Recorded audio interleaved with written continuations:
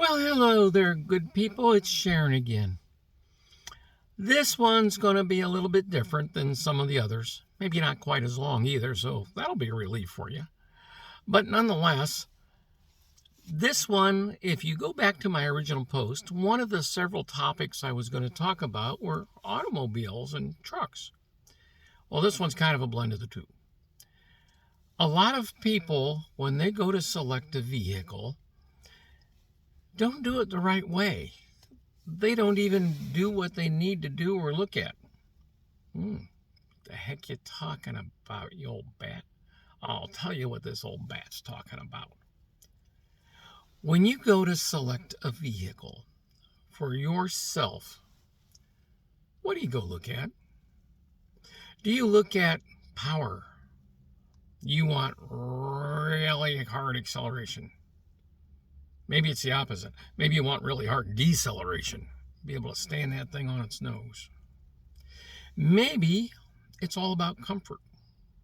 How good does it feel? How does your hiney fit its seat? How comfortable are you when it's going down the road? So is your comfort a big issue? What about fuel economy? Everybody wants better fuel economy, especially at the gas prices we have now, which are astronomical. That might be another video coming up. Do you want great handling? Do you want a really smooth ride? Do you want a lot of performance? Well, a lot of people say, yeah.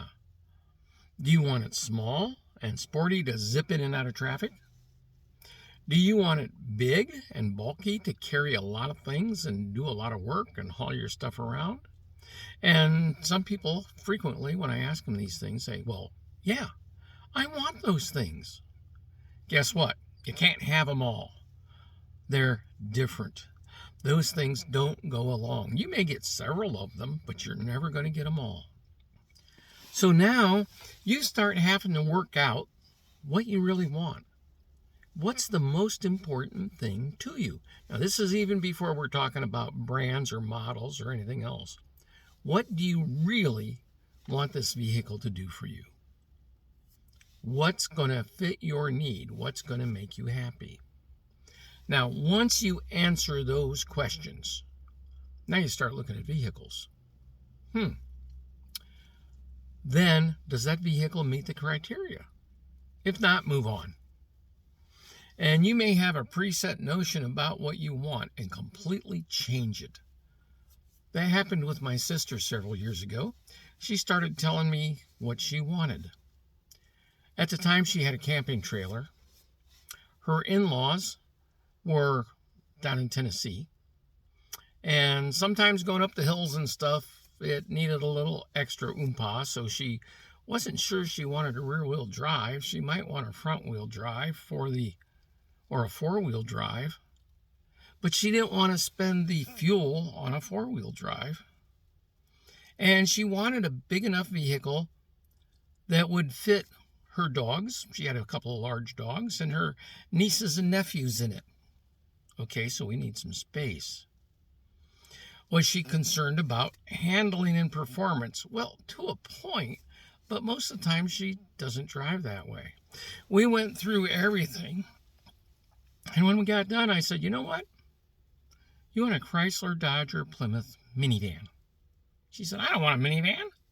Didn't suit her image. Okay, fair enough. But then I started saying, you want to be able to tow this trailer. The minivan has enough trailer capacity to do that. You're worried about different conditions that you're going to run into. Okay.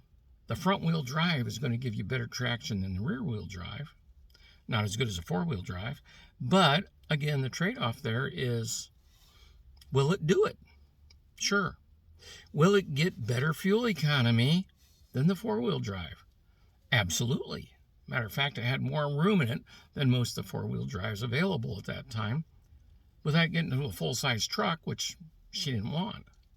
She wanted something she could maneuver in and out of parking lots and tight spaces, primarily driving around the places that she wanted to go. She wasn't convinced. And at the time, I had a minivan because it suited my needs very well. She drove mine, and she was surprised that it drove a lot like a car and it didn't feel like a truck. And she liked that. Guess what? She bought a minivan. And 6 months after she bought it, she said it was the best vehicle she's ever had. And it doesn't mean because it was better or worse, or it fit her need. It did everything she wanted to do, so she was very happy with it. Now, 10 years later, she traded it and she got a small four-wheel drive SUV. The kids were bigger. She wasn't toting them around. One of the dogs had passed away. The other one was getting old. It would tow the trailer fine. And it was small enough it was still maneuverable. So once again, she went through the criteria and she bought an S10 Blazer, four-wheel drive. Suited her beautifully. But see, people don't usually do this. They get upset. I knew one lady who had a nice bright red Firebird. It was a Formula. She went to get tires on it and found at that time, we're talking 15 years ago, her tires were almost $500. And today, they'd probably be closer to $1,500. And she was dumbfounded. Why? Because they're performance tires on performance rims. So you have to maintain that. She said, well, I don't care about the performance. Can I get something cheaper? It won't behave right on the car. You won't be happy with what it's doing. They won't fit. For one thing, they just don't fit. Not with the rims you got. Well, I don't care about all that. I just want to save some money. Then why'd you buy the car? You bought a performance car. And you wanted to act like an economy car. Well, it won't. So she had to make adjustments for that. This is what a lot of people do. They figure out what they want, and then they find out that it's really not what they want because it doesn't do the job. Now, if you want to buy the super economy car, the little puddle jumper with not much room, but it gets fantastic mileage, there's nothing wrong with that. That's fine if that's what suits your needs. If you want the biggest, baddest, meanest sports car out there that can just rip up the highways, and there's no practical purpose to it, it only carries 2 people, but it will get it. If that's what you truly want, there's nothing wrong with that. Just admit that it's not going to haul very much stuff. And if you're good with that, then you're good with it. It might be the best car you ever bought because you like to go out and just rip up some asphalt. Okay. Whatever you want that car to do is fine. Maybe it needs to be a truck. I just recently bought a Nissan Frontier. Okay, don't get too excited. It's 11 years old. But that's plenty for what I need. It's a 4-wheel drive. I have a trailer. This thing will haul over a 6,000-pound trailer. I never haul 3,000 pounds.